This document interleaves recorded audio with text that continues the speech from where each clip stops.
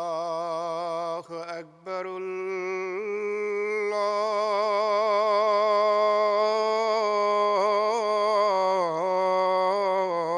اللہ اکبر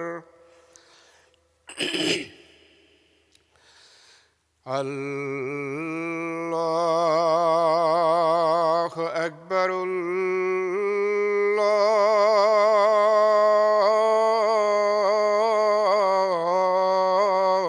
اللہ اکبر اشہد ان لا الہ الا اللہ اشہد ان لا الہ الا اللہ اشہد ان محمدا رسول اللہ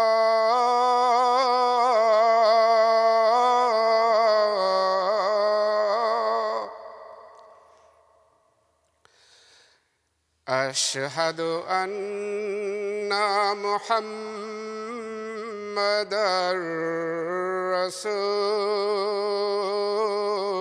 رسول اللہ حی علی الصلاۃ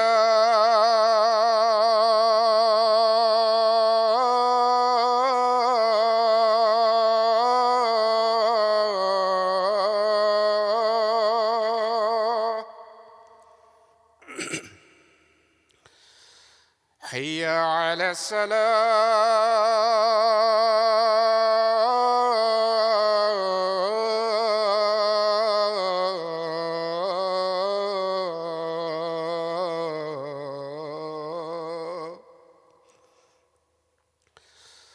حی علی الفلاح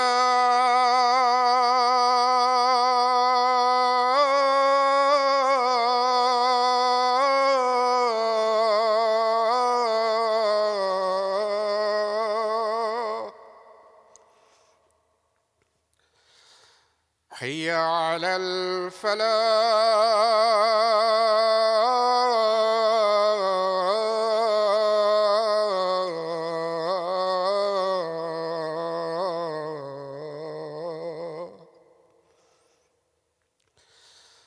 اللہ اکبر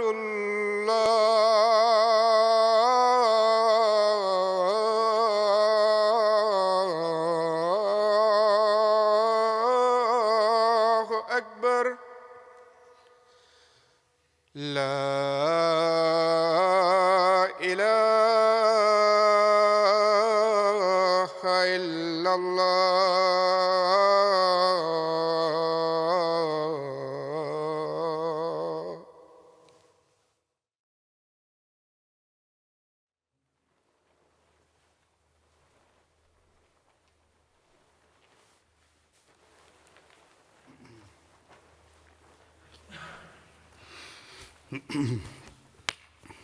السلام علیکم ورحمۃ اللہ.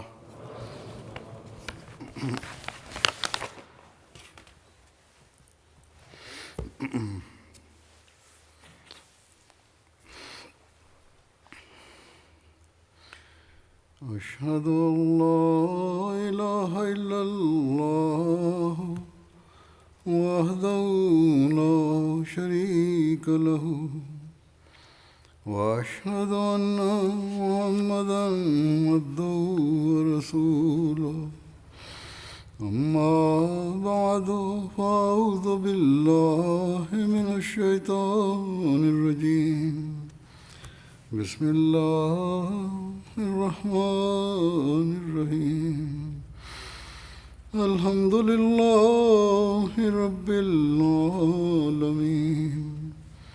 الرحمن الرحيم مالك يوم الدين إياك نعبد وإياك نستعين اهدنا الصراط المستقيم صراط الذين أنعمت عليهم غير المغضوب عليهم ولا الضالين.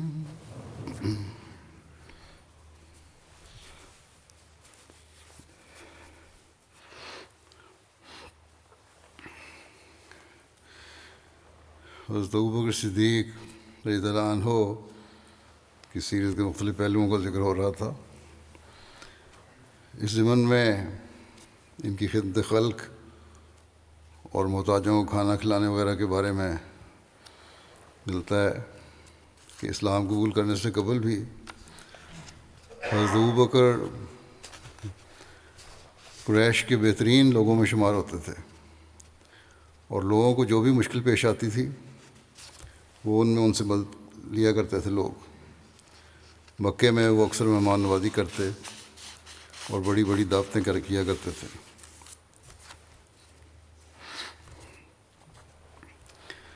دور جاہلیت میں حضرت ابوبکر کو قریش کے سرداروں اور ان کے اشراف و معزز لوگوں میں شمار کیا جاتا تھا. حضرت ابوبکر کو اس معاشرے میں شرفائے قریش میں شمار کیا جاتا تھا، افضل ترین لوگوں میں شمار ہوتا تھا. لوگ اپنے مسائل و معاملات میں ان سے رجوع کیا کرتے تھے. مکے میں ضیافت و مہمان نوازی میں انفرادی حیثیت کے مالک تھے.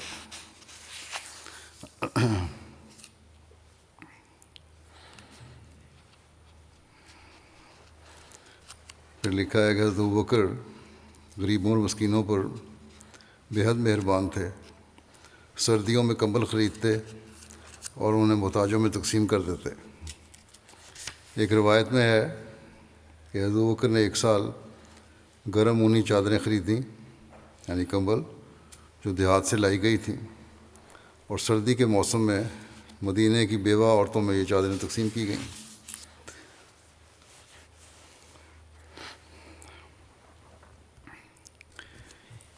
ایک روایت ہے کہ خلافت کے منصب پر متمکن ہونے سے پہلے آپ ایک لاوارث کنبے کی بکریوں کا دودھ دوہا کرتے تھے.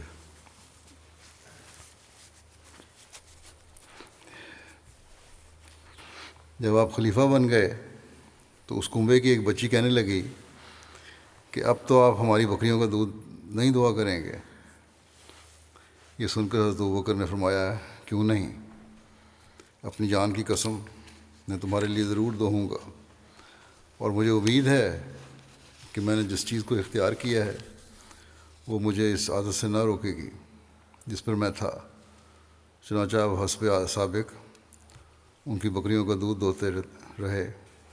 جب وہ بچیاں اپنی بکریاں لے کر آتیں تو آپ ازرائے شفقت فرماتے دودھ کا جھاگ بناؤں یا نہ بناؤں. اگر وہ کہتی کہ جھاگ بنا دیں تو برتن کو ذرا دور رکھ کر دودھ دوہتے حتیٰ کہ خوب جھاگ بن جاتی. اگر وہ کہتی کہ جھاگ نہ بنائیں تو برتن تھن کے قریب کر کے دودھ دوہتے تاکہ دودھ میں جھاگ نہ بنے. آپ مسلسل 6 ماہ تک یہ خدمت سر انجام دیتے رہے، یعنی خلافت کے بعد 6 ماہ تک. پھر آپ نے مدینہ میں رہائش اختیار کر لی. پہلے ان کے 2 گھر تھے حضرت ابوبکر کے. ایک گھر باہر تھا، وہاں باہر رہا کرتے تھے آن وسلم کے زمانے میں، لیکن حضرت صلی اللہ علیہ وسلم نے مسجد نبوی قریب اپنے گھروں کے قریب بھی ایک جگہ دی تھی ان کو، وہاں بھی گھر بنایا تھا انہوں نے. اس کے علاوہ بھی ایک گھر تھا، مدینہ میں بھی 2 گھر تھے. لیکن زیادہ وقت پہلے حضرت صلی اللہ علیہ وسلم کی زندگی میں یہ جو مضافات میں گھر تھا وہاں رہا کرتے تھے. بعد میں خلافت کے بعد پھر مدینہ شفٹ ہو گئے. جب تک مدینہ نہیں آئے مسلسل ان بچیوں کی جو ڈیوٹی اپنے ذمہ آپ نے لی ہوئی تھی وہ ادا کرتے رہے. حضرت عمر رضی اللہ عنہ مدینہ کے کنارے پر رہنے والی ایک بوڑھی اور نابینا عورت کا خیال رکھا کرتے تھے. آپ اس کے لیے پانی لاتے اور اسے کام کاج کرتے.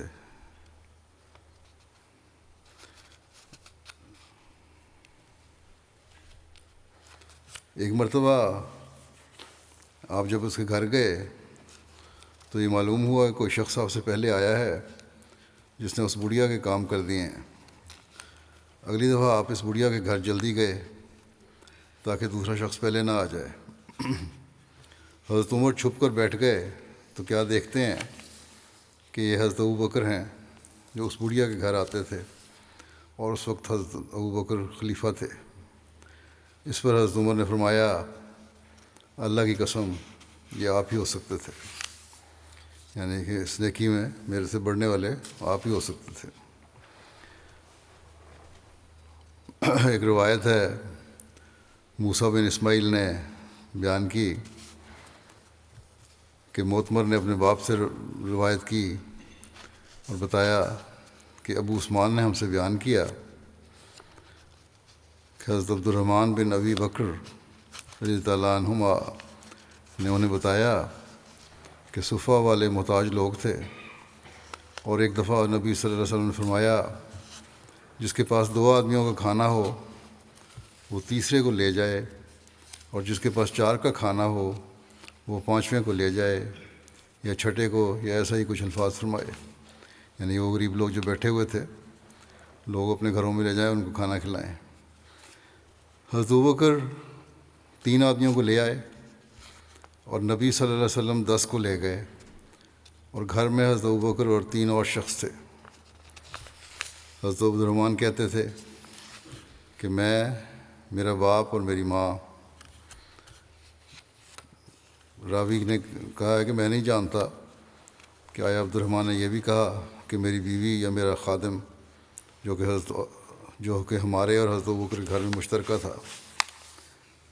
اور ایسا ہوا کہ حضرت ابوبکر نے نبی صلی اللہ علیہ وسلم کے ہاں شام کا کھانا کھایا، پھر وہیں ٹھہرے رہے یہاں تک کہ عشاء کی نماز پڑھی، پھر واپس آ گئے. مہمانوں گھر لے گئے تھے لیکن پھر واپس آئے، عام صلی اللہ علیہ وسلم کے پاس ٹھہرے رہے اور وہیں کھانا کھا لیا. بیان کرتے ہیں کہ وہاں اتنی دیر ٹھہرے کہ رسول اللہ صلی اللہ علیہ وسلم نے شام کا کھانا کھایا، اور اتنی رات گزرنے کے بعد آئے جتنا کہ اللہ نے چاہا. ان کی بیوی نے ان سے کہا، کس بات نے آپ کو اپنے مہمانوں سے، یا کہا مہمان سے روکے رکھا؟ حضرت ابوبکر نے، یعنی اتنی دیر کیوں لگائی آپ نے؟ حضرت ابوبکر نے کہا، کیا تم نے انہیں کھانا نہیں کھلایا؟ وہ کہنے لگیں کہ انہوں نے آپ کے آنے تک کھانے سے انکار کر دیا تھا. مہمانوں نے کہا، ہم نہیں کھائیں گے جب تک حضرت ابوبکر نہیں آتے.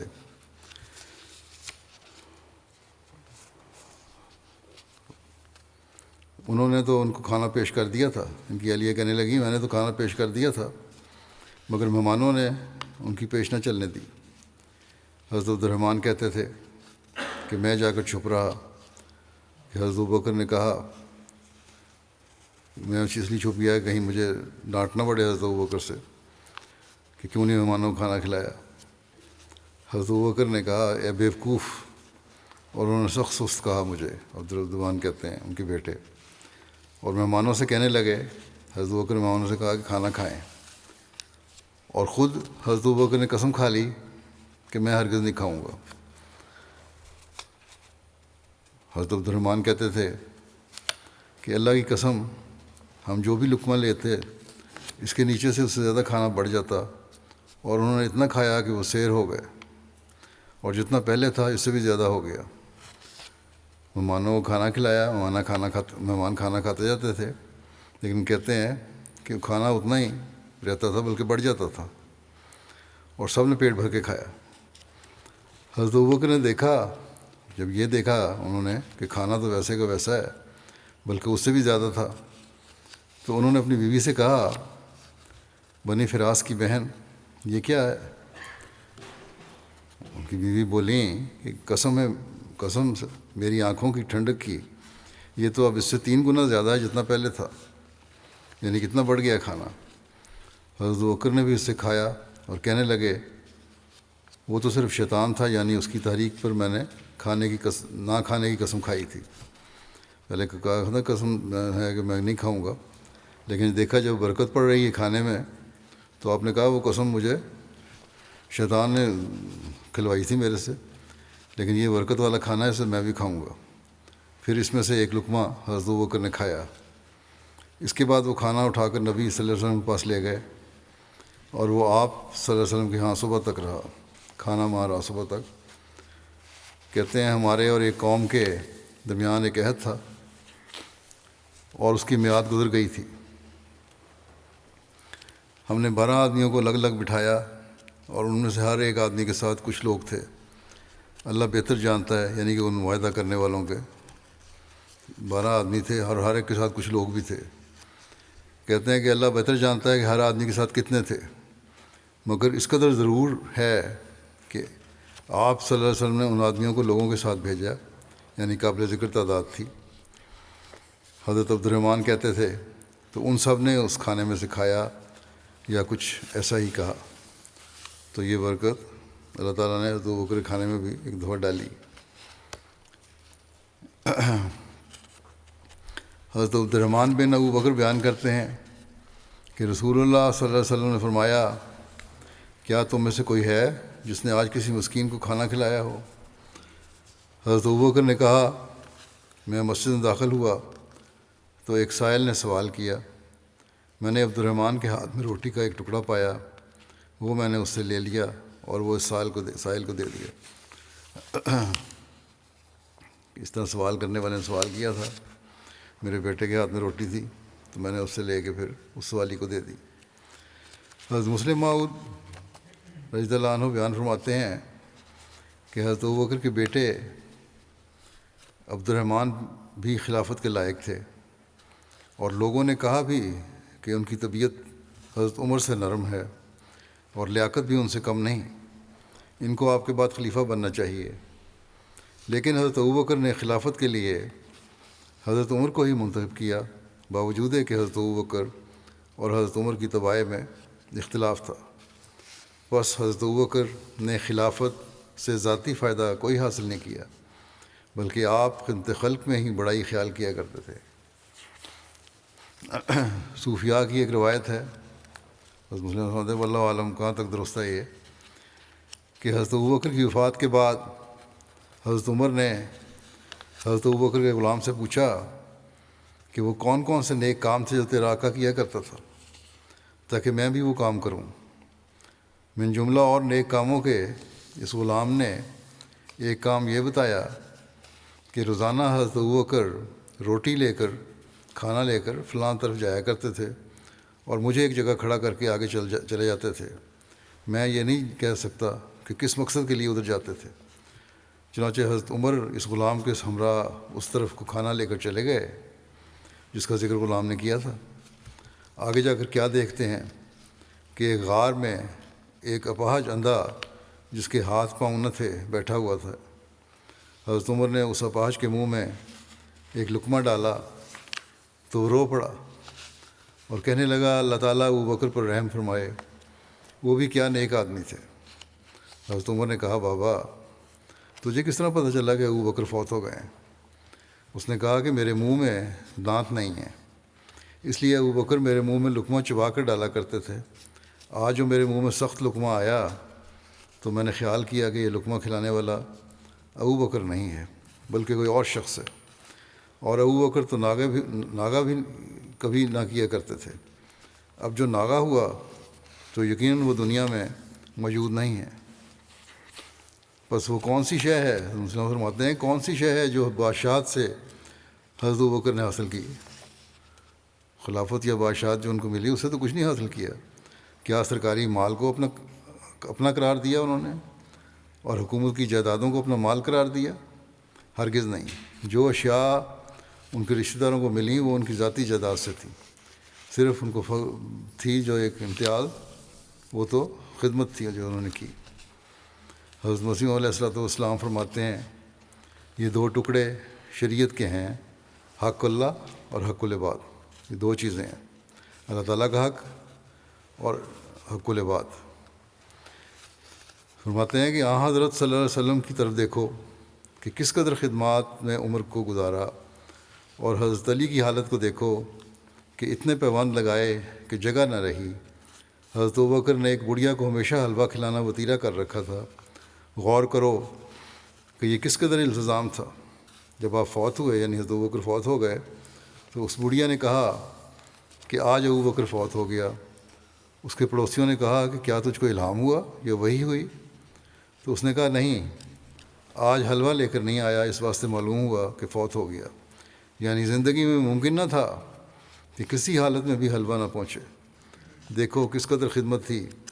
ایسا ہی سب کو چاہیے کہ خدمت خلق کرے۔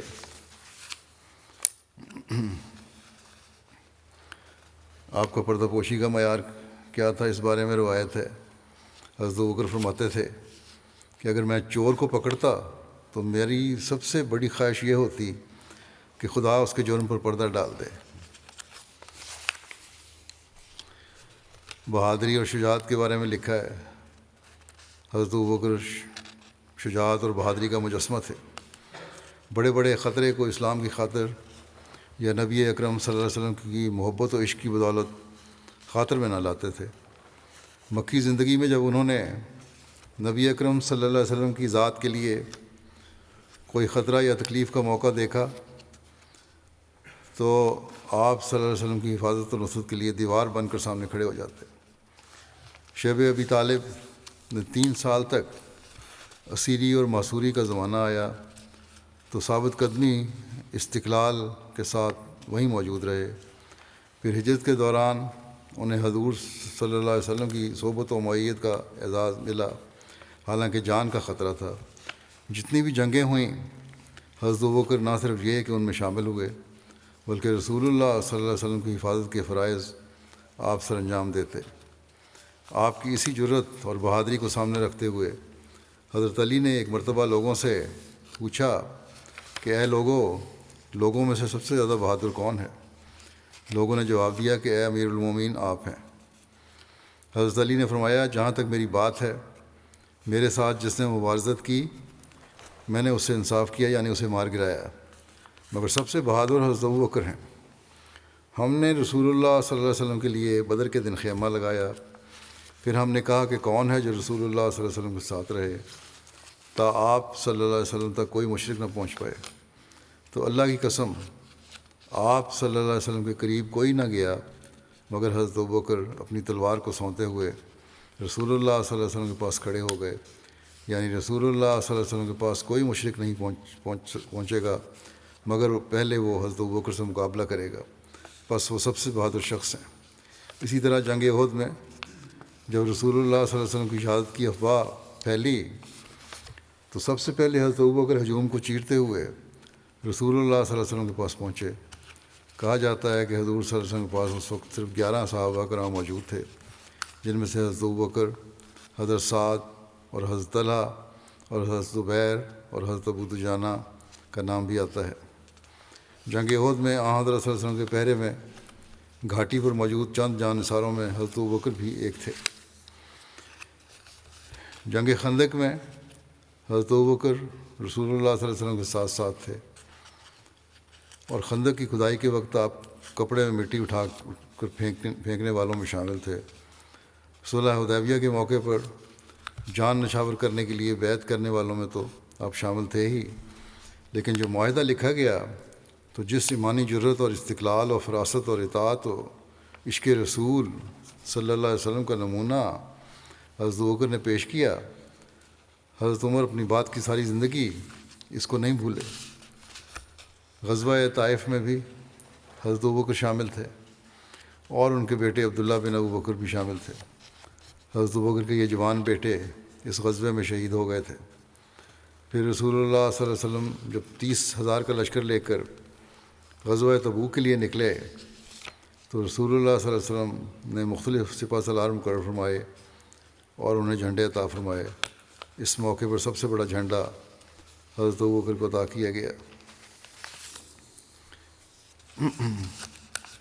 حضرت سلمہ بن اکوع بیان فرماتے ہیں کہ میں نے نبی اکرم صلی اللہ علیہ وسلم کی معیت میں 7 غزوات میں شرکت کی، اور جو جنگی مہمات حضرت صلی اللہ علیہ وسلم نے روانہ فرمائیں، ان میں سے 9 مہمات میں مجھے شامل ہونے کا موقع ملا، اور ان میں کبھی تو ہماری کمان حضرت ابوبکر کے پاس ہوتی تھی اور کبھی حضرت اسامہ بن زید کے پاس۔ اور حضرت صلی اللہ علیہ وسلم کی وفات کے بعد جب سارا عرب ہی گویا مرتد ہو گیا، ان حالات میں جس جرأت و شجاعت کا عملی مظاہرہ حضرت ابوبکر نے فرمایا، وہ اپنی مثال آپ ہے۔ اس کا ذکر پہلے ہو چکا ہے تفصیلی۔ حضرت مسلم موعود رضی اللہ عنہ بیان فرماتے ہیں کہ ایک دفعہ کفار نے آپ صلی اللہ علیہ وسلم کے گلے میں پٹکا ڈال کر زور سے کھینچنا شروع کیا۔ حضرت ابوبکر کو اس بات کا علم ہوا تو وہ دوڑے ہوئے آئے اور آپ نے ان کفار کو ہٹایا اور فرمایا، اے لوگو، تمہیں خدا کا خوف نہیں آتا کہ تم ایک شخص کو محض اس لیے مارتے پیٹتے ہو کہ وہ کہتا ہے کہ اللہ میرا رب ہے؟ وہ تم سے کوئی جائیداد تو نہیں مانگتا، پھر تم اسے کیوں مارتے ہو؟ صحابہ کہتے ہیں کہ ہم اپنے زمانے میں سب سے بہادر حضرت ابوبکر کو سمجھتے تھے، کیونکہ دشمن جانتا تھا کہ اگر میں نے محمد رسول اللہ صلی اللہ علیہ وسلم کو مار لیا تو اسلام ختم ہو جائے گا، اور ہم نے دیکھا کہ ہمیشہ ابوبکر رسول کریم صلی اللہ علیہ وسلم کے پاس کھڑے ہوتے تھے تاکہ جو کوئی آپ پر حملہ کرے اس کے سامنے اپنا سینہ کر دیں۔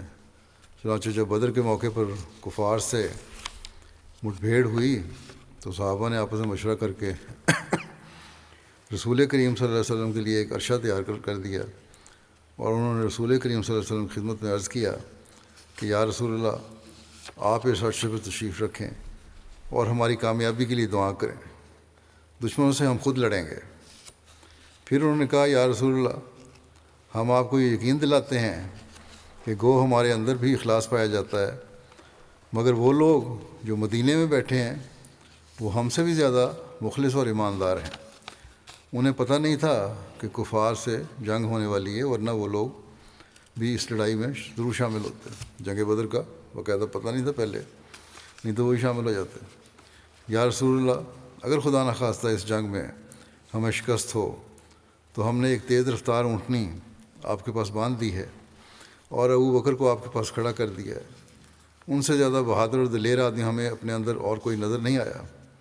یا رسول اللہ، آپ فوراً ابوبکر کے ساتھ اس اونٹنی پر بیٹھ کر مدینہ تشریف لے جائیں اور وہاں سے ایک نیا لشکر کفار کے مقابلے کے لیے لے آئیں جو ہم سے بھی زیادہ مخلص اور وفادار ہوگا۔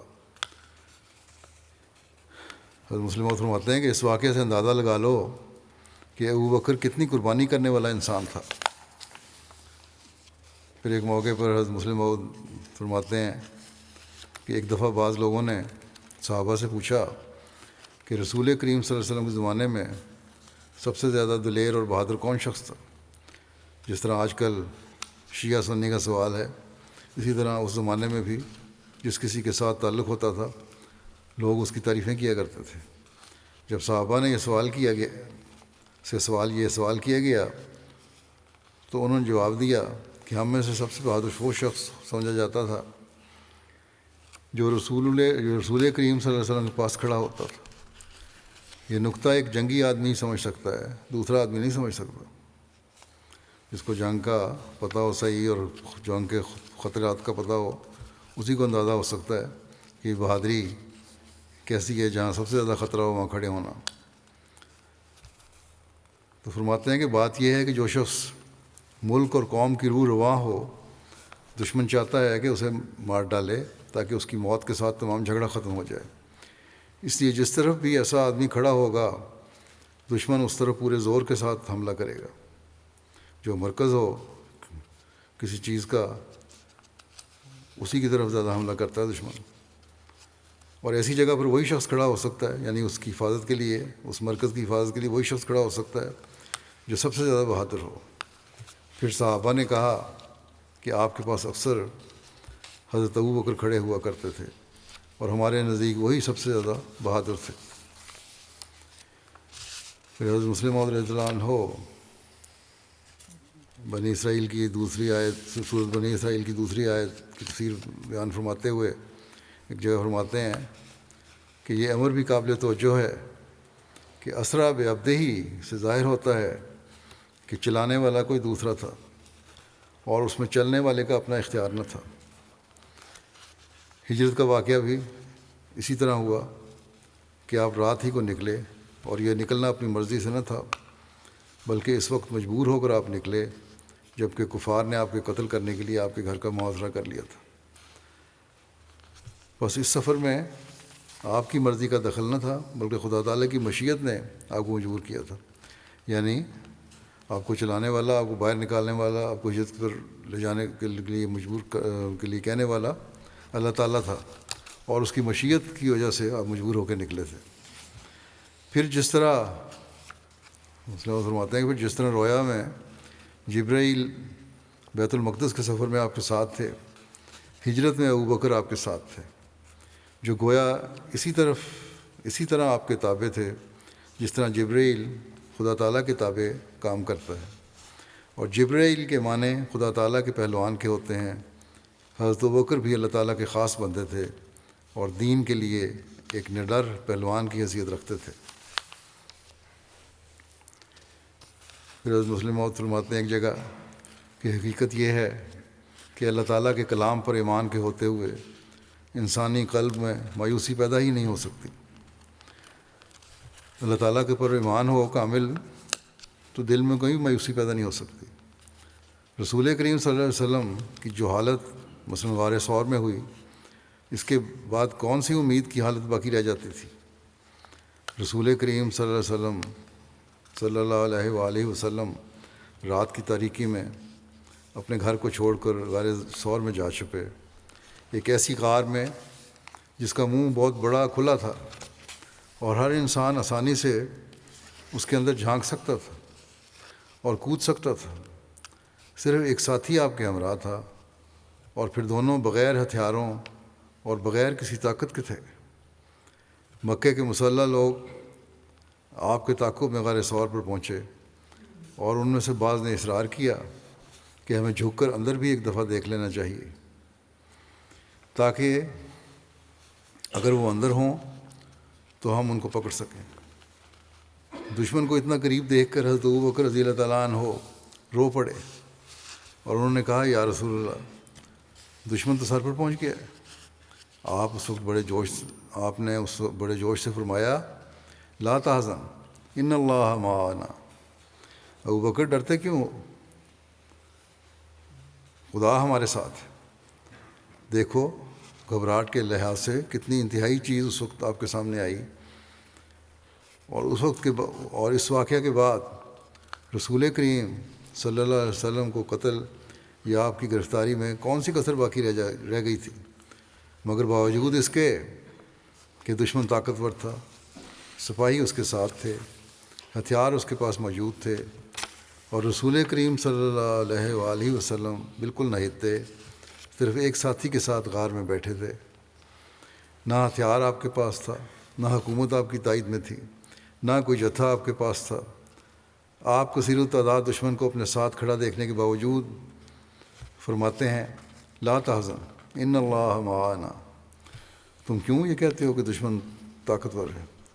کیا وہ خدا سے بھی زیادہ طاقتور ہے؟ جب خدا ہمارے ساتھ ہے تو ہمارے لیے گھبراہٹ کی کون سی وجہ ہے؟ حضرت ابوبکر کی گھبراہٹ بھی اپنے لیے نہیں تھی، بلکہ رسول کریم صلی اللہ علیہ وآلہ وسلم کے لیے تھی۔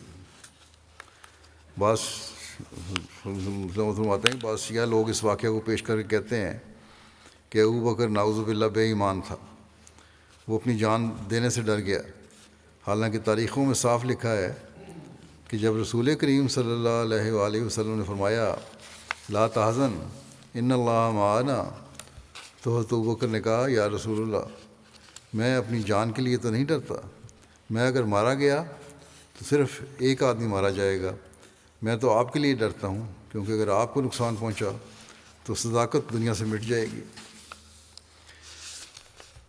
پھر ایک جگہ حضرت مسلم موعود رضی اللہ عنہ فرماتے ہیں کہ یہ بات انبیاء سے ہی مخصوص نہیں، بلکہ ان سے اتر کر بھی اپنے اپنے زمانے میں ایسے لوگ ملتے ہیں کہ جو کام انہوں نے اس وقت کیا وہ ان کا غیر نہیں کر سکتا تھا۔ مثلاً حضرت ابوبکر رضی اللہ عنہ کو ہی لے لو۔ حضرت ابوبکر کے متعلق کوئی شخص بھی یہ نہیں کہہ سکتا تھا کہ آپ بھی کسی وقت اپنی قوم کی قیادت کریں گے۔ عام طور پر یہی سمجھا جاتا تھا کہ آپ کمزور طبیعت، صلح کل اور نرم دل واقع ہوئے ہیں۔ رسول کریم صلی اللہ علیہ وسلم کے زمانے کی جنگوں کو دیکھ لو۔ آپ صلی اللہ علیہ وسلم نے کسی بڑی جنگ میں بھی حضرت ابوبکر کو فوج کا کمانڈر نہیں بنایا۔ بے شک بعض چھوٹے چھوٹے غزوات ایسے ہیں جن میں آپ کو افسر بنا کر بھیجا گیا، مگر بڑی جنگوں میں ہمیشہ دوسرے لوگوں کو ہی کمانڈر بنا کر بھیجا جاتا تھا۔ اسی طرح دوسرے کاموں میں بھی آپ کو انچارج نہیں بنایا جاتا تھا۔ باقی قرآن کریم کی تعلیم ہے یا قضاء وغیرہ کا کام ہے، یہ بھی آپ کے سپرد نہیں کیا گیا، حضرت ابوبکر کے سپرد نہیں کیا۔ لیکن رسول کریم صلی اللہ علیہ وسلم جانتے تھے کہ جب ابوبکر کا وقت آئے گا تو جو کام ابوبکر کر لے گا وہ اس کا غیر نہیں کر سکے گا۔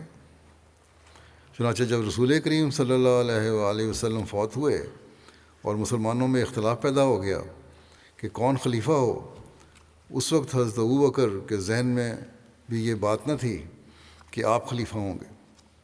آپ سمجھتے تھے کہ حضرت عمر وغیرہ ہی اس کے اہل ہیں، ہو سکتے ہیں۔ انصار میں جو جوش پیدا ہوا اور انہوں نے چاہا کہ خلافت انہی میں رہو، کیونکہ سمجھتے تھے کہ ہم نے اسلام کی خاطر قربانیاں کی ہیں اور اب خلافت کا حق انصار کا خیال تھا کہ ہمارا ہے۔ اور ادھر مہاجرین کہتے تھے کہ خلیفہ ہم میں سے ہو۔ غرض رسول کریم صلی اللہ علیہ وسلم کی وفات پر ایک جھگڑا برپا ہو گیا۔ انصار کہتے تھے کہ خلیفہ ہم میں سے ہو اور مہاجرین کہتے تھے کہ خلیفہ ہم میں سے ہو۔ آخر انصار کی طرف سے جھگڑا اس بات پر ختم ہوا کہ ایک خلیفہ مہاجرین میں سے ہو اور ایک خلیفہ انصار میں سے ہو۔ اس جھگڑے کو دور کرنے کے لیے ایک میٹنگ بلائی گئی۔ حضرت عمر فرماتے ہیں کہ اس وقت میں نے سمجھا کہ حضرت ابوبکر بے شک نیک اور بزرگ ہیں، لیکن اس گتھی کو سلجھانا ان کا کام نہیں ہے، یہ بہت مشکل کام ہے ان کے لیے۔ اس گتھی کو اگر کوئی سلجھا سکتا ہے تو حضرت عمر نے کہا کہ وہ میں ہی ہوں۔ یہاں طاقت کا کام ہے، نرمی اور محبت کا کام نہیں، اور حضرت ابوبکر تو نرمی اور محبت دکھانے والے ہیں۔ چنانچہ فرماتے ہیں میں نے سوچ سوچ کر ایسے دلائل نکالنے شروع کیے جن سے یہ ثابت ہو کہ خلیفہ قریش میں سے ہونا چاہیے، اور یہ کہ ایک خلیفہ انصار میں سے ہو اور ایک مہاجرین میں سے، یہ بالکل غلط ہے۔ آپ فرماتے ہیں کہ میں نے بہت سے دلائل سوچے اور پھر اس مجلس میں گیا جو اس جھگڑے کو نپٹانے کے لیے منعقد کی گئی تھی۔ حضرت ابوبکر بھی میرے ساتھ تھے۔ میں نے چاہا کہ تقریر کروں اور دلائل سے جو میں سوچ کر گیا تھا لوگوں کو قائل کروں۔ میں سمجھتا تھا کہ حضرت ابوبکر اس شوکت اور دبدبے کے مالک نہیں کہ اس مجلس میں بول سکیں، لیکن میں کھڑا ہونے ہی لگا تھا۔ حضرت عمر کہتے ہیں کہ میں کھڑا ہونے ہی لگا تھا کہ حضرت ابوبکر نے غصے سے ہاتھ مار کر مجھ سے کہا بیٹھ جاؤ، اور خود کھڑے ہو کر تقریر شروع کر دی۔ حضرت عمر فرماتے ہیں کہ خدا کی قسم جتنی دلیلیں میں نے سوچی تھیں وہ سب کی سب حضرت ابوبکر نے بیان کر دیں، اور پھر اور بھی کئی دلائل بیان کرتے چلے گئے اور بیان کرتے چلے گئے، یہاں تک کہ انصار کے دل مطمئن ہو گئے اور انہوں نے خلافت مہاجرین کے اصول کو تسلیم کر لیا۔ یہ وہی ابوبکر تھا جس کے متعلق حضرت عمر خود بیان کرتے ہیں کہ انہوں نے ایک دفعہ کسی جھگڑے پر بازار میں حضرت ابوبکر کے کپڑے پھاڑ دیے اور مارنے پر تیار ہو گئے تھے۔ یہ وہی ابوبکر تھا جس کے متعلق رسول کریم صلی اللہ علیہ وآلہ وسلم فرمایا کرتے تھے کہ حضرت ابوبکر کا دل رقیق ہے، مگر جب رسول کریم صلی اللہ علیہ وآلہ وسلم کی وفات کا وقت قریب آیا تو وفات سے قبل آپ نے حضرت عائشہ سے فرمایا، حضرت صلی اللہ علیہ وسلم نے حضرت عائشہ سے فرمایا کہ میرے دل میں بار بار یہ خواہش اٹھتی ہے کہ میں لوگوں سے کہہ دوں کہ وہ میرے بعد ابوبکر کو خلیفہ بنا لیں، لیکن پھر رک جاتا ہوں۔ کیونکہ میرا دل جانتا ہے کہ میری وفات کے بعد خدا تعالیٰ اور اس کے مومن بندے ابو بکر کے سوا کسی اور کو خلیفہ نہیں بنائیں گے۔ چنانچہ ایسا ہی ہوا، آپ کو خلیفہ منتخب کیا گیا۔ آپ رقیق القلب انسان تھے اور اتنی نرم طبیعت کے تھے کہ ایک دفعہ آپ کو مارنے کے لیے بازار میں حضرت عمر آگے بڑھے اور انہوں نے آپ کے کپڑے پھاڑ دیے، لیکن وہی ابو بکر جس کی نرمی کی یہ حالت تھی، ایک وقت ایسا آیا کہ حضرت عمر آپ کے پاس آئے اور انہوں نے درخواست کی کہ تمام عرب مخالف ہو گیا ہے، صرف مدینہ، مکہ اور ایک اور چھوٹی سی بستی میں نماز باجماعت ہوتی ہے، باقی لوگ نمازیں پڑھتے تو ہیں لیکن ان میں اتنا تفرقہ پیدا ہو چکا ہے کہ ایک دوسرے کے پیچھے نماز پڑھنے کے لیے تیار نہیں، اور اختلاف اتنا بڑھ چکا ہے کہ وہ کسی کی بات سننے کو تیار نہیں۔ عرب کے جاہل لوگ جو 5 6 ماہ سے مسلمان ہوئے ہیں مطالبہ کر رہے ہیں کہ زکوٰۃ معاف کر دی جائے۔ یہ لوگ زکوٰۃ کے مسئلے کو سمجھتے تو ہیں نہیں۔ اگر عمر نے کہا کہ اگر 1 2 سال کے لیے انہیں زکوٰۃ معاف کر دی جائے تو کیا حرج ہے؟ گویا وہ عمر جو ہر وقت تلوار ہاتھ میں لیے کھڑا رہتا تھا اور ذرا سی بات بھی ہوتی تھی تو کہتا تھا یا رسول اللہ حکم ہو تو اس کی گردن اڑا دوں، وہ ان لوگوں سے اتنا مرعوب ہو جاتا ہے، اتنا ڈر جاتا ہے، اتنا گھبرا جاتا ہے کہ ابو بکر کے پاس آ کر ان سے درخواست کرتا ہے کہ ان جاہل لوگوں کو کچھ عرصے کے لیے زکوٰۃ معاف کر دی جائے، ہم آہستہ آہستہ انہیں سمجھا لیں گے۔ مگر وہ ابو بکر جو اتنا رقیق القلب تھا کہ حضرت عمر کہتے ہیں کہ میں ایک دفعہ انہیں مارنے کے لیے تیار ہو گیا تھا اور بازار میں ان کے کپڑے پھاڑ دیے تھے، اس نے اس وقت نہایت غصے سے عمر کی طرف دیکھا، یعنی جب یہ بات کہی حضرت عمر نے کہ ان سے کچھ نہ کہا جائے، ان لوگوں سے جو باغی ہو رہے ہیں 2 سال تک نہ زکوٰۃ لیں، ہم ابھی سمجھا لیں گے۔ جب حضرت عمر نے یہ بات کی تو حضرت بکر نے نہایت غصے سے عمر کی طرف دیکھا اور کہا عمر تم اس چیز کا مطالبہ کر رہے ہو جو خدا اور اس کے رسول نے نہیں کی۔ حضرت عمر نے کہا یہ ٹھیک ہے لیکن یہ لوگ حدیث العہد ہیں، دشمن کا لشکر مدینہ کی دیواروں کے پاس پہنچ چکا ہے، کیا یہ اچھا ہوگا کہ یہ لوگ بڑھتے چلے آئیں اور ملک میں پھر طوائف الملوکی کی حالت پیدا ہو جائے، یا یہ مناسب ہوگا کہ انہیں 1 2 سال کے لیے زکوٰۃ معاف کر دی جائے؟ یا طوائف الملوکی ہے یا یہ ہے کہ کسی طرح صلح کر لی جائے۔ حضرت ابوبکر نے فرمایا خدا کی قسم اگر دشمن مدینے کے اندر گھس آئے اور اس کی گلیوں میں مسلمانوں کو تہہ تہہ کر دے اور عورتوں کی لاشوں کو کتے گھسیٹتے پھریں تب بھی میں انہیں زکوٰۃ معاف نہیں کروں گا۔ خدا کی قسم اگر رسول کریم صلی اللہ علیہ وآلہ وسلم کے زمانے میں یہ لوگ رسی کا ایک ٹکڑا بھی بطور زکوٰۃ دیتے تھے تو میں وہ بھی ان سے ضرور وصول کروں گا۔ پھر آپ نے فرمایا عمر اگر تم لوگ ڈرتے ہو تو بے شک چلے جاؤ، میں اکیلا ہی ان لوگوں سے لڑوں گا اور اس وقت تک نہیں رکوں گا جب تک یہ اپنی شرارت سے باز نہیں آ جاتے۔ چنانچہ لڑائی ہوئی اور آپ فاتح ہوئے، یعنی حضرت ابوبکر فاتح ہوئے، اور اپنی وفات سے پہلے آپ نے دوبارہ سارے عرب کو اپنے ماتحت کر لیا۔ حضرت ابوبکر نے اپنی زندگی میں جو کام کیا وہ انہی کا حصہ تھا، کوئی اور شخص وہ کام نہیں کر سکتا تھا۔ حضرت مسلم موت فرماتے ہیں کہ مکے کے رؤساء کو لوگوں میں سے اس قسم کی عزت اور عظمت حاصل تھی کہ لوگ ان کے سامنے بات کرتے ہوئے ڈرتے تھے، اور ان کے احسانات بھی لوگوں پر اس کثرت کے ساتھ تھے کہ کوئی شخص ان کے سامنے آنکھ تک نہیں اٹھا سکتا تھا۔ ان کی اس عظمت کا پتہ اس وقت لگ سکتا ہے کہ صلح حدیبیہ کے موقع پر جس سردار کو مکے والوں نے رسول کریم صلی اللہ علیہ وآلہ وسلم سے گفتگو کرنے کے لیے بھیجا، اس نے باتوں باتوں میں رسول کریم صلی اللہ علیہ وسلم کی ریش مبارک کو ہاتھ لگا دیا۔ یہ دیکھ کر ایک صحابی نے زور سے اپنا تلوار کا کندہ، جو دستہ ہوتا ہے تلوار کا، اس کے ہاتھ پہ مارا اور کہا اپنے ناپاک ہاتھ رسول کریم صلی اللہ علیہ وسلم کی ریش مبارک کو مت لگاؤ۔ اس نے آنکھ اٹھا کر دیکھا تاکہ معلوم کرے کہ یہ کون شخص ہے جس نے میرے ہاتھ پر تلوار کا دستہ مارا ہے۔ صحابہ چونکہ خود پہنے ہوئے تھے اس لیے ان کو صرف آنکھیں اور ان کے حلقے ہی دکھائی دیتے تھے۔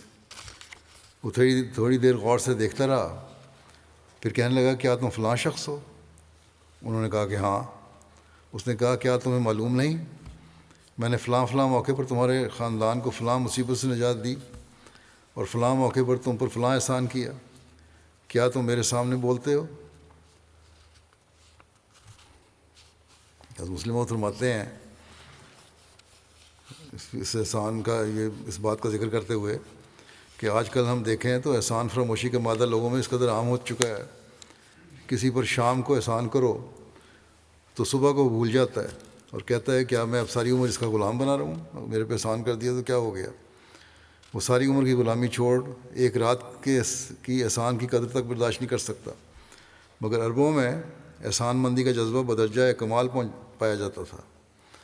اب یہ ایک نہایت ہی نازک موقع تھا، مگر جب اس نے اپنے احسانات گنوائے تو اس صحابی کی نظریں زمین میں گڑ گئیں اور شرمندہ ہو کر پیچھے ہٹ گیا۔ اتنا احسان کی قدر ہوتی تھی۔ اس پر پھر اس نے رسول کریم صلی اللہ علیہ وسلم سے باتیں کرنی شروع کر دیں اور کہا میں عرب کا باپ ہوں، میں تمہاری محنت کرتا ہوں کہ تم اپنی قوم کی عزت رکھ لو، اور دیکھو یہ جو تمہارے ارد گرد جمع ہیں یہ تو مصیبت آنے پر فوراً بھاگ جائیں گے اور تمہارے کام آخر تمہاری قوم ہی آئے گی، بس کیوں اپنی قوم کو ذلیل کرتے ہو؟ میں عرب کا باپ ہوں۔ وہ شخص وسلم کے بار بار یہی کہتا تھا کہ میں عرب کا باپ ہوں، تم میری بات مان لو، اور جس طرح میں کہتا ہوں اسی طرح عمرہ کیے بغیر واپس چلے جاؤ۔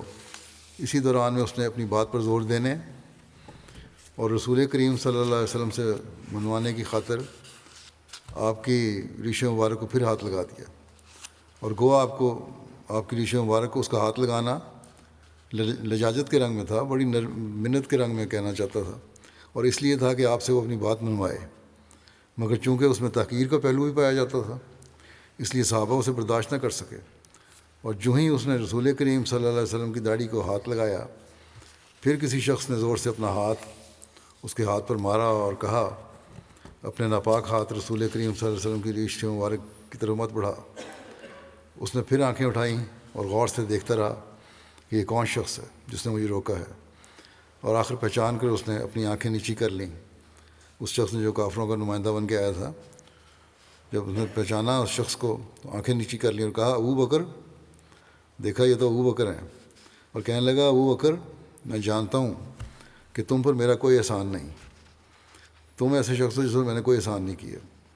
بس وہ دوسروں پر اس قدر احسانات کرنے والی قوم تھی کہ سوائے حضرت ابو بکر کے جس قدر انصار اور مہاجر وہاں تھے ان سب پر اس ایک رئیس کا کوئی نہ کوئی احسان تھا، اور حضرت ابو بکر کے سوا اور کسی میں یہ جرت نہیں تھی کہ اس کے ہاتھ کو روک سکے۔ وہی واحد شخص تھے جس پر اس شخص کا کوئی احسان نہیں تھا۔ پھر ایک جگہ حضرت مسلم موعود فیان فرماتے ہیں کہ زکوٰۃ تو ایسی ضروری چیز ہے کہ جو نہیں دیتا وہ اسلام سے خارج ہو جاتا ہے۔ رسول کریم صلی اللہ علیہ وسلم کی وفات کے بعد حضرت ابو بکر کے زمانے میں جب کچھ لوگوں نے زکوٰۃ دینے سے انکار کر دیا اور کہا کہ خذ من اموالہم صدقۃ تطہرہم وتزکیہم بہا وصلی علیہم، اس میں تو رسول کریم صلی اللہ علیہ وسلم کا حکم ہے کہ تو لے۔ اب جب کہ آپ صلی اللہ علیہ وسلم نہیں رہے تو اور کون لے سکتا ہے؟ نادانوں نے یہ نہ سمجھا کہ وہ محمد صلی اللہ علیہ وآلہ وسلم کا قائم مقام ہوگا جو لے گا، لیکن جہالت سے انہوں نے کہہ دیا کہ ہم زکوٰۃ نہیں دیں گے۔ ادھر تو لوگوں نے زکوٰۃ دینے سے انکار کر دیا اور ادھر فساد ہو گیا، قریباً سارا عرب مرتد ہو گیا اور کئی مدعی نبوت کھڑے ہو گئے۔ یوں معلوم ہوتا تھا کہ نعوذ باللہ اسلام تباہ ہونے لگا ہے۔ ایسے نازک وقت میں صحابہ نے حضرت ابوبکر سے کہا کہ آپ ان لوگوں سے جنہوں نے زکوٰۃ دینے سے انکار کر دیا ہے فی الحال نرمی سے کام لیں۔ حضرت عمر جن کی بہت بہادر کہا جاتا ہے، وہ کہتے ہیں گو میں کتنا ہی جری ہوں مگر ابوبکر جتنا نہیں، کیونکہ میں نے بھی اس وقت یہی کہا کہ ان سے نرمی کی جائے، پہلے کافروں کو زیر کر لیں پھر اس کی اصلاح کر لیں گے۔ لیکن ابوبکر نے کہا ابن قحافہ کی کیا حیثیت ہے کہ رسول کریم صلی اللہ علیہ وسلم کے دیے ہوئے حکم کو بدلائے؟ میں تو ان سے اس وقت تک لڑوں گا جب تک یہ لوگ پوری طرح زکوٰۃ نہ دیں۔ اور اگر رسول کریم صلی اللہ علیہ وسلم کے وقت اونٹ ماننے کی ایک رسی جو دیتے تھے وہ بھی نہ دیں، وہ بھی ادا نہ کرنے۔ اس وقت صحابہ کو پتہ لگا کہ خدا کا بنایا ہوا خلیفہ کس قدر جرت اور دلیری رکھتا ہے۔ آخر حضرت ابوبکر نے ان کو زیر کیا اور ان سے زکوٰۃ لے کر چھوڑی۔ مالی قربانی کے بارے میں حضرت ابوبکر کے بارے میں آتا ہے، ایک مصنف لکھتا ہے کہ حضرت ابوبکر صدیق جب ایمان لائے تو ان کے پاس 40,000 درہم کی خطیر رقم موجود تھی، اور ظاہر ہے کہ مال تجارت، اسباب و املاک اس کے علاوہ تھے، بلکہ ایک روایت ہے کہ مطابق تو ان کے پاس 1 ملین یعنی 10 لاکھ درہم کی رقم موجود تھی۔ مکے میں عام مسلمانوں کی اعانت اور غریب مسلمانوں کی کفالت پر ہزارہ درہم خرچ کر دیے، تاہم جب انہوں نے ہجرت کی تو 5-6 ہزار درہم نقد ساتھ تھے۔ ایک روایت کے مطابق وہ یہ ساری رقم رسول کریم صلی اللہ علیہ وسلم کی ضروریات کے لیے بچا کر رکھتے گئے اور بوقت ہجرت مدینہ لے کر آئے تھے۔ اسی رقم سے انہوں نے ہجرت کے دوران سفر کے اخراجات کے علاوہ بعد ہجرت رسول کریم صلی اللہ علیہ وسلم کے اہل خاندان میں سے بعض کے سفر کے اخراجات دیے تھے، اور مدینہ میں مسلمانوں کے لیے کچھ زمین بھی خریدی تھی۔ حضرت ابن عباس بیان کرتے ہیں کہ رسول اللہ صلی اللہ علیہ وسلم نے اپنی آخری بیماری میں کہ جس میں آپ کی وفات ہوئی، آپ باہر تشریف لائے اور آپ نے اپنا سارا ایک کپڑے سے باندھا ہوا تھا۔ آپ ممبر پر تشریف فرما ہوئے اور اللہ کی حمد و ثنا بیان کی اور فرمایا، لوگوں میں سے کوئی بھی نہیں جو بلحاظ اپنی جان اور مال سے مجھ پر ابو بکر بن ابو قحافہ سے بڑھ کر نیک سلوک کرنے والا ہو۔ حضرت ابو ہریرہ بیان کرتے ہیں کہ رسول اللہ صلی اللہ علیہ وسلم نے فرمایا، مجھے کسی مال نے کبھی وہ فائدہ نہیں پہنچایا جو مجھے ابو بکر کے مال نے فائدہ پہنچایا ہے۔ راوی کہتے ہیں کہ حضرت ابو بکر یہ سن کے رو پڑے اور عرض کیا، یا رسول اللہ، میں اور میرا مال تو صرف آپ ہی کے لیے ہیں، اے اللہ کے رسول۔ حضرت مسلم موعود رضی اللہ عنہ بیان فرماتے ہیں کہ ایک جہاد کے موقع کے متعلق حضرت عمر رضی اللہ عنہ بیان فرماتے ہیں کہ مجھے خیال آیا کہ حضرت ابوبکر رضی اللہ عنہ ہمیشہ مجھ سے بڑھ جاتے ہیں، آج میں ان سے بڑھوں گا۔ یہ خیال کر کے میں گھر گیا اور اپنے مال میں سے آدھا مال لے کر رسول کریم صلی اللہ علیہ وسلم کی خدمت میں پیش کرنے کے لیے لے آیا۔ وہ زمانہ اسلام کے لیے انتہائی مصیبت کا دور تھا، لیکن حضرت ابوبکر رضی اللہ عنہ اپنا سارا مال لے آئے۔ ایک جگہ حضرت مسلموں نے فرمایا کہ حضرت ابوبکر اپنا سارا اثاثہ حتیٰ کہ لحاف اور چرپائیاں بھی اٹھا کر لے آئے۔ بہرحال اور رسول کریم صلی اللہ علیہ وسلم کی خدمت میں پیش کر دیا سارا مال۔ رسول کریم صلی اللہ علیہ وسلم نے پوچھا، ابوبکر گھر میں کیا چھوڑ آئے؟ تو انہوں نے عرض کیا، اللہ اور اس کا رسول صلی اللہ علیہ وسلم۔ حضرت عمر رضی اللہ عنہ فرماتے ہیں، یہ سن کر مجھے سخت شرمندگی ہوئی اور میں نے سمجھا کہ آج میں نے سارا زور لگا کر ابوبکر سے بڑھنا چاہا، مگر آج بھی مجھ سے ابوبکر بڑھ گئے۔ حضرت مسلم کہتے ہیں کہ ممکن ہے کوئی کہے کہ جب حضرت ابوبکر رضی اللہ عنہ اپنا سارا مال لے آئے تو پھر گھر والوں کے لیے انہوں نے کیا چھوڑا؟ اس کے متعلق یاد رکھنا چاہیے کہ اس سے مراد گھر کا سارا اندوختہ تھا۔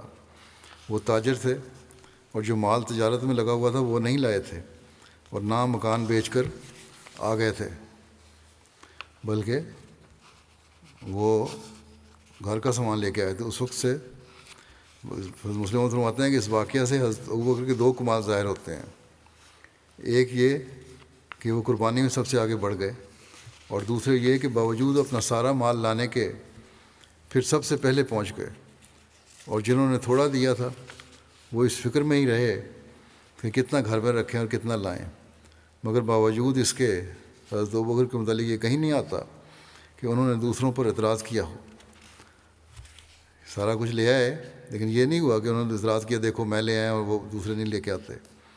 حضرت ابوبکر قربانی کر کے بھی یہ سمجھتے تھے کہ ابھی خدا کا میں دیندار ہوں اور میں نے کوئی اللہ تعالیٰ پر احسان نہیں کیا، بلکہ اس کا احسان ہے کہ اس نے مجھے توفیق دی ہے۔ بس یہ اس میں بیان فرما رہے ہیں حضرت مسلم موعود کہ مالی قربانی کرنے والوں کو اپنا دیکھنا چاہیے، ان منافقوں کی طرح نہیں ہونا چاہیے جو خود بھی چندہ نہیں دیتے اور اگر تھوڑا سا دے دیں تو دوسروں پہ اعتراض کرتے ہیں، دیکھو فلاں نے کم دیا اور فلاں نے اتنا دیا. حضرت مسیح موعود علیہ الصلوۃ والسلام فرماتے ہیں صحابہ کی تو وہ پاک جماعت تھی جس کی تعریف میں قرآن شریف بھرا پڑا ہے.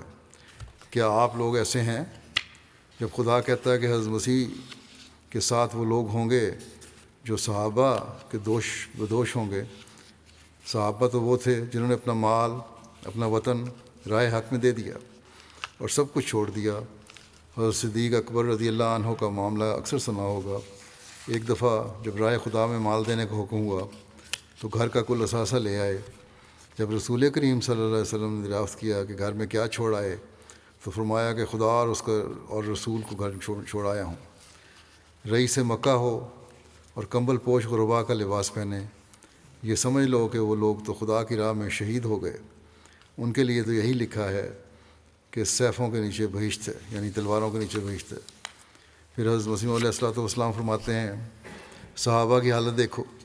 جب امتحان کا وقت آیا تو جو کچھ کسی کے پاس تھا اللہ تعالیٰ کی راہ میں دے دیا.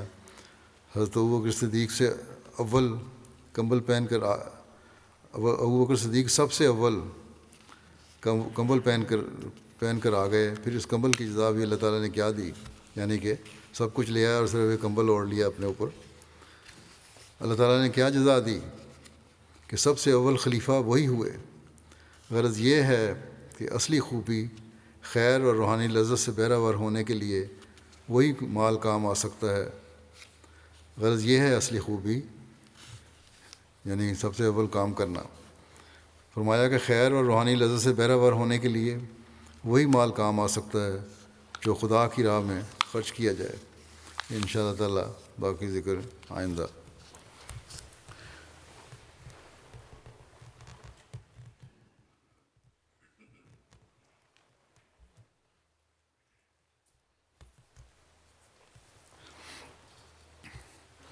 الحمد